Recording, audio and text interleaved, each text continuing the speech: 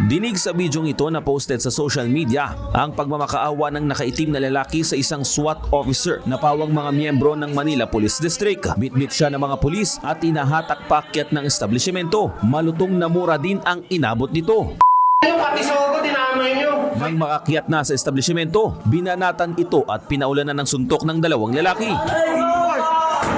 Matapos ito ay dinampot muli siya ng SWAT pero bago pa man makababa, humabol pa ng suntok sa sikmura ang grupo. Inawat naman ito ng pulis. Base sa post, nangyari ang insidente sa loob ng isang hotel sa kasagsagan ng kaguluhan sa protesta sa Maynila nitong linggo. Ang lalaking binugbog kasama umano sa mga kabataan na nanggulo, nanunog at nagnakaw sa hotel. Mga empleyado naman ng establishmento ang grupo na bumugbog sa lalaki. Bukod daw kasi sa vault na kinuha nila ay pinagnakawan rin ng mga kabataan ang mga tao sa loob. May ilang mga netizens naman na sinita ang ginawang pagtrato ng mga pulis sa lalaki dahil may karapatan din daw ito. Agad naman na dumepensa ang MPD. Ang purpose ng pulis natin para ipakita doon sa mga empleyado ng hotel na yon kung yun talaga ay isa sa mga pumasok, nagnakaw sa kanila.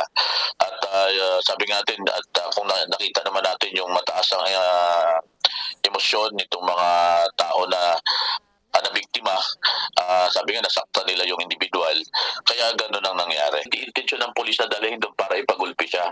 Okay. Yan, mga tao na yan, dinala doon para ma-identify siya ng mga biniktima. Sabi pa ni Ines, dapat malaman din kung kanino o sino ang gumawa ng video. Normal rin umano na bine-verify ng mga pulis sa mga biktima ang hinuhuli nilang sospek. Hindi naman inaalis sa mga nahuling individual ang karapatan kaya makikita rin daw sa video na inaawat ng mga SWAT officer ang mga biktima sa pagsuntok sa sospek. Bumuelta rin si Ines sa mga nagsasabi na inabuso ng hanay ng PNP ang kanilang kapangyarihan at sinakta ng mga kabataan. Yun yung pinakamataas na antas ng pagtitimpi.